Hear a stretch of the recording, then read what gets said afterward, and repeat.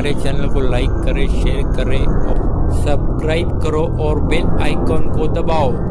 एक अपघात झालेला आहे निकिता सोसायटी शिवाजीनगर रोड जी आहे तिथे वाहतूक डंपरने ट्रॅक्टरला मागून ओव्हरटेक करताना अपघात झालेला आहे।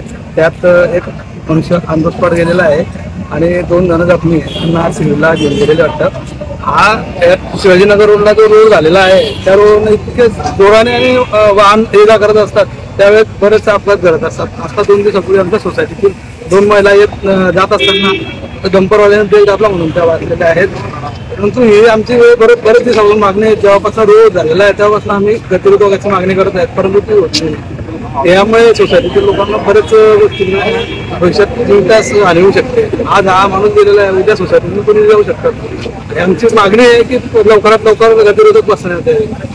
तुम्ही एकदा बघून बघा कसले डंपर असतात, रेतीचे डंपर आहे आणि नंतर हे गाड्या मोठ्या खूप मोठ्या गाड्या इथून म्हणजे जोराने ती गाड्या घेऊन जातात आणि ते समोर हे असल्यामुळे स्पीड ब्रेकर असणं खूप गरजेची गोष्ट आहे। अजय वास्कर, मिथिला सोसायटी, मिथिला अपार्टमेंटच्या समोर तिथे म्हणजे साधारणतः प्रत्येक आता रहिवासी तिथून ये जा असते। तर बरेचसे आता सकाळच्या दरम्यान महिला वगैरे काही पुरुष मंडळी वगैरे मुलांना शाळेत सोडण्यासाठी वगैरे जातात।